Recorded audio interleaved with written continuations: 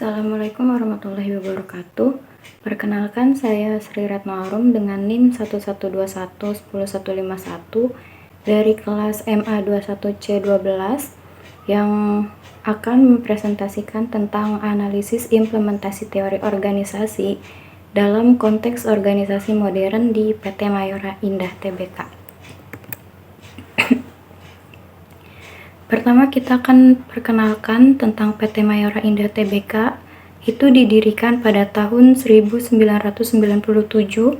dengan pabrik pertama yang berlokasi di Tangerang dengan target market wilayah Jakarta dan sekitarnya.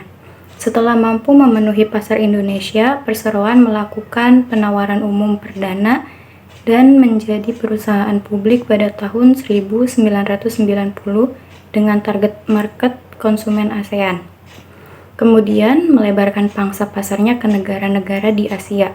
Saat ini produk perseroan telah tersebar di 5 benua di dunia. PT Mayora Indah Tbk memiliki visi dan misi. Yang pertama, menjadi produsen makanan dan minuman yang berkualitas dan terpercaya di mata konsumen domestik maupun internasional, dan menguasai pangsa pasar terbesar dalam kategori produk sejenis. Yang kedua, dapat memperoleh laba bersih operasi di atas rata-rata industri dan memberikan value added yang baik bagi seluruh stakeholder perseroan. Dan yang ketiga, dapat memberikan kontribusi positif terhadap lingkungan dan negara di mana perseroan berada.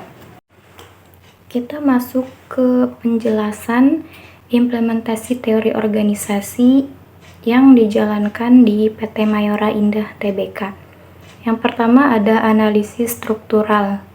Analisis struktural ini yang pertama ada implementasi manajemen SDM pada PT Mayora Indah Tbk, dan yang pertama ada proses rekrutmen. PT Mayora Indah memposting lowongan pekerjaan guna menarik calon karyawan untuk melamar lowongan pekerjaan tersebut yang perusahaan inginkan di suatu organisasi, sehingga kandidat yang memenuhi syarat dapat dipilih. PT Mayora sering membagikan informasi lowongan tersebut di portal khusus seperti media sosial. Yang kedua, proses seleksi. Proses seleksi ini merupakan proses yang cukup penting dalam manajemen SDM. Proses ini meminimalisir kandidat yang tidak sesuai atau tidak cocok untuk kriteria yang sudah ditentukan oleh perusahaan, sehingga melalui proses tes tertulis dan wawancara ini, perusahaan perlu benar-benar selektif dalam memilih calon karyawan. Yang ketiga, memasuki proses kerja. Pada proses ini, perusahaan memberikan beberapa persyaratan bagi karyawan yang sudah lolos pada tahap sebelumnya melalui proses rekrutmen dan seleksi, dan selanjutnya untuk proses training.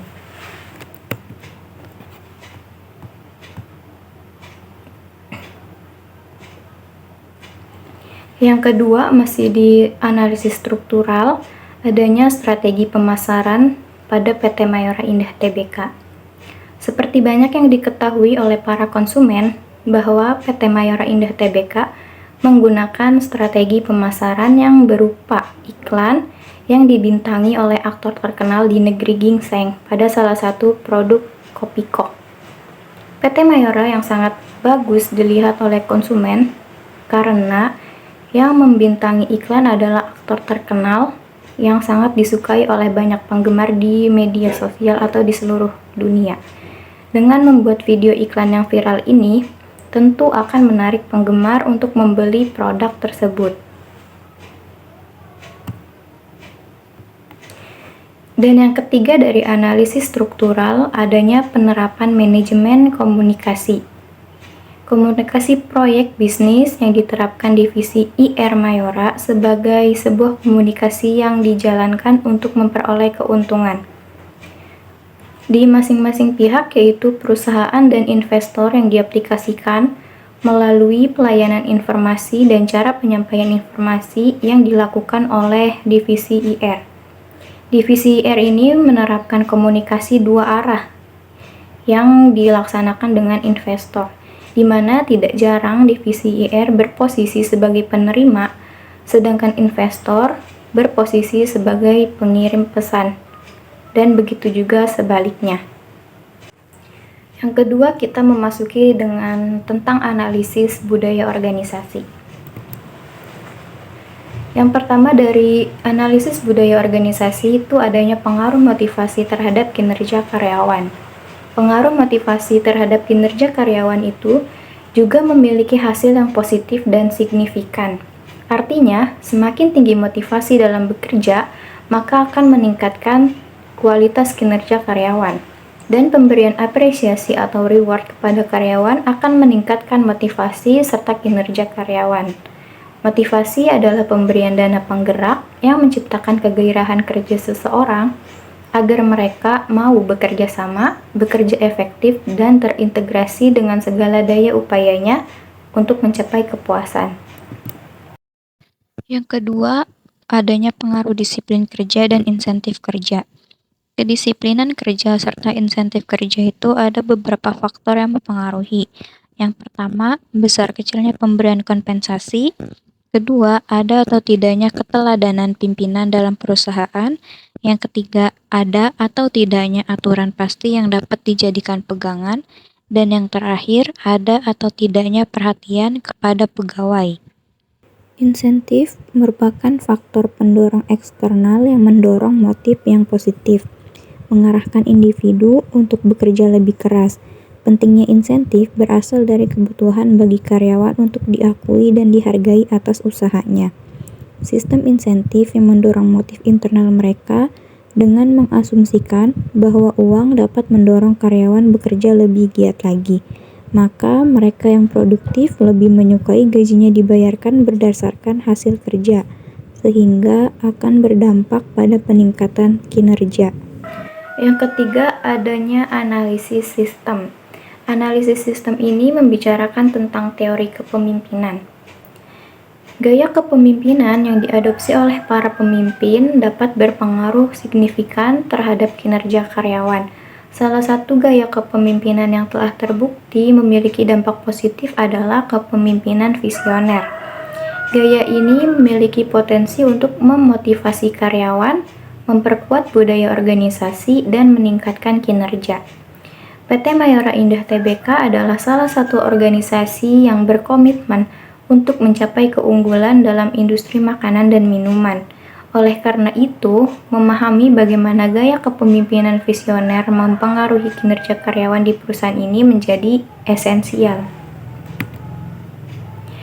Dan yang keempat, masuk kepada analisis sumber daya manusia.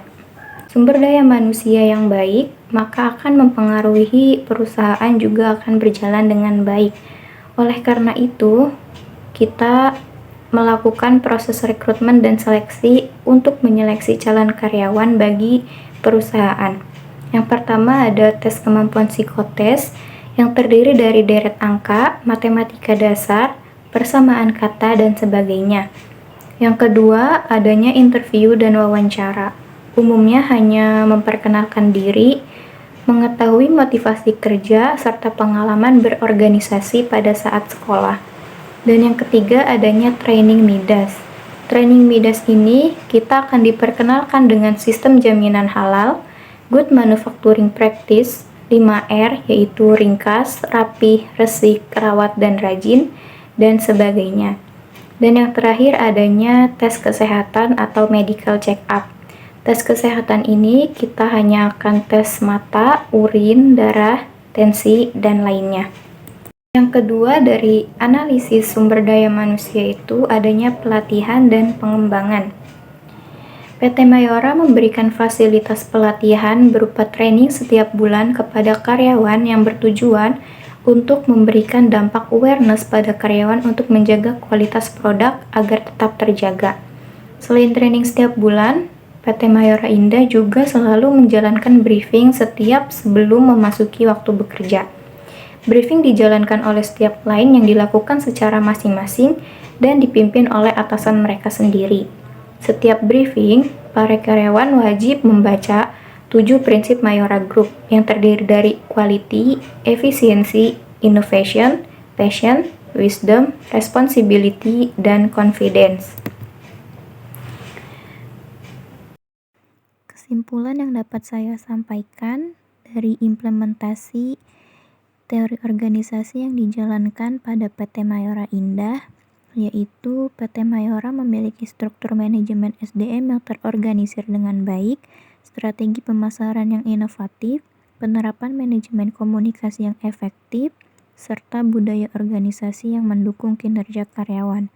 Terima kasih atas perhatiannya. Wassalamualaikum warahmatullahi wabarakatuh.